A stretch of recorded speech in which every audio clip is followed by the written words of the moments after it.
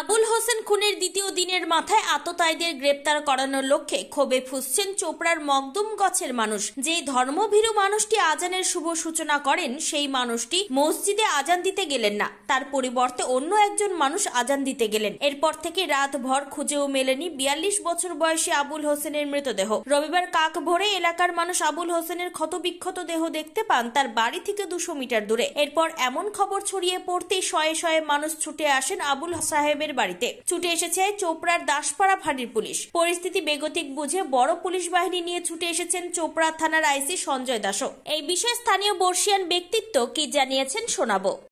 এর মর্মান্তিক ঘটনার তো আমরা নামাজ পড়ার পরে মাগরিবের নামাজ উপর ছিল, আমার মসজিদের মধ্যে মুয়াজ্জিন ছিল।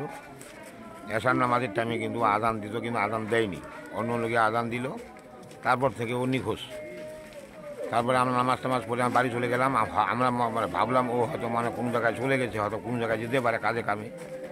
দেখা গেল ও কিন্তু খোঁজাখুঁজি করার পরে পাওয়া গেল। তখন আমাদের পূর্ব দিকে, ওর বাড়ির পূর্ব দিকে একটা আলির কাছে ও কিন্তু লাশ হয়ে পড়ে আছে। এখন এই ঘটনাকে আমরা এখনও পর্যন্ত কোনো রকম কিছু আমরা বলতে পারছি না যে এখন কীভাবে এই ঘটনাটা ঘটলো। এর কোনো দুশ্মনও ছিল না, একদম সৎসিধা লোক ছিল, 5 ওয়াক্ত নামাজ পড়তো এবং কোনো দুশ্মনও কিন্তু ছিল না। কি নাম? এর নাম হচ্ছে আবুল হোসেন। বয়স প্রায় 40-এর কাছাকাছি। বাড়ি মকদুমগঞ্জ। আপনারা কি চাচ্ছেন এখন? আমরা এর একটা সঠিক তদন্ত চাইছি।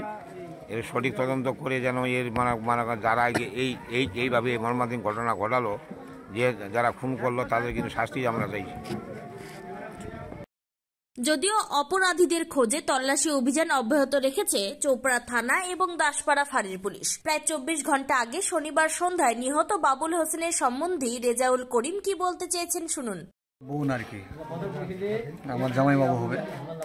তো মোটামুটি মাগরিবের নামাজ পড়ে খাওয়া দাওয়া করে বাইর হয়েছে 6:30টার সময়, 6:30 দিক বাইর হয়ে।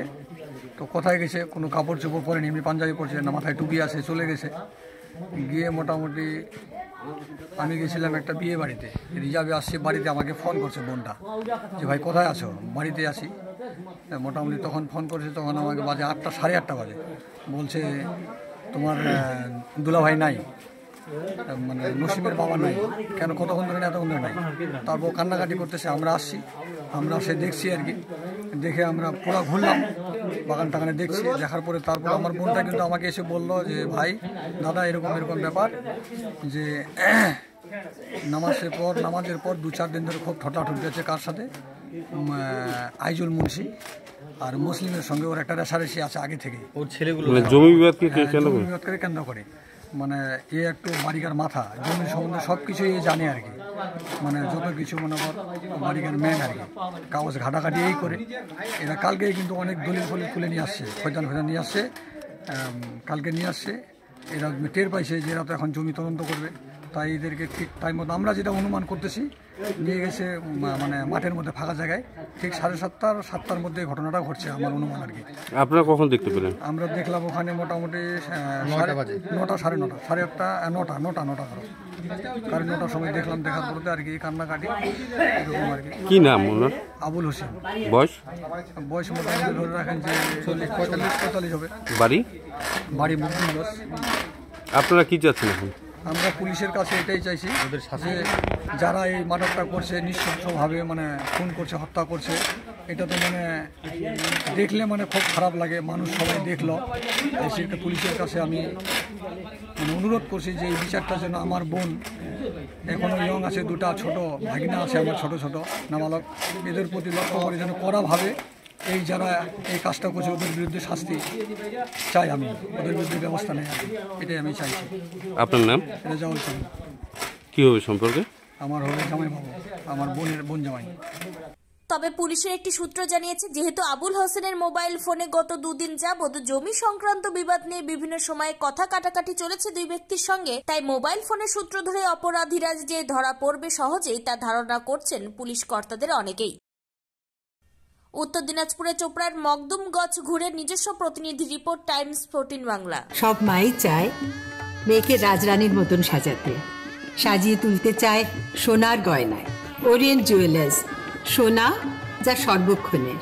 Senco gold and diamonds Raiganj শোরুমের 17তম বর্ষপূর্তি উপলক্ষে বছরের শেষে সেরা অফার নিয়ে এসেছে Raiganj Senco gold and diamonds, শুধুমাত্র আপনাদের জন্য।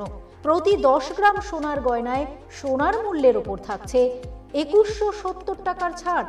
হীরের গয়নায় হীরের মূল্যের ওপর 25% পর্যন্ত ছাড়। প্ল্যাটিনাম গয়নার মজুরির ওপর 20% পর্যন্ত ছাড়। রূপোর গয়না, গসিপ এবং গ্রহরত্নের ওপরে বিশেষ ছাড়।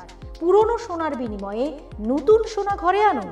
এছাড়াও প্রতিটি কেনাকাটায় থাকছে সুনিশ্চিত আকর্ষণীয় উপহার। অফারটি 26শে ডিসেম্বর থেকে 5ই জানুয়ারি 2024 পর্যন্ত। সেইনকো গোল্ড অ্যান্ড ডায়মন্ডস, থানা রোড, রায়গঞ্জ, উত্তর দিনাজপুর। মোবাইল নম্বর 8967941588। আপনি কি চাকরি পরীক্ষার্থী? চাকরি পরীক্ষার বই খুঁজছেন?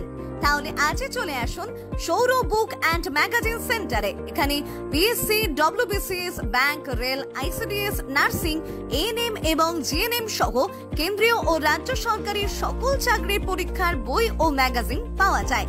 আমাদের ঠিকানা ঘড়িমোড়, মোহনবাটি, রায়গঞ্জ। বিস্তারিত জানতে যোগাযোগ করুন 9002904090 অথবা 9434347016।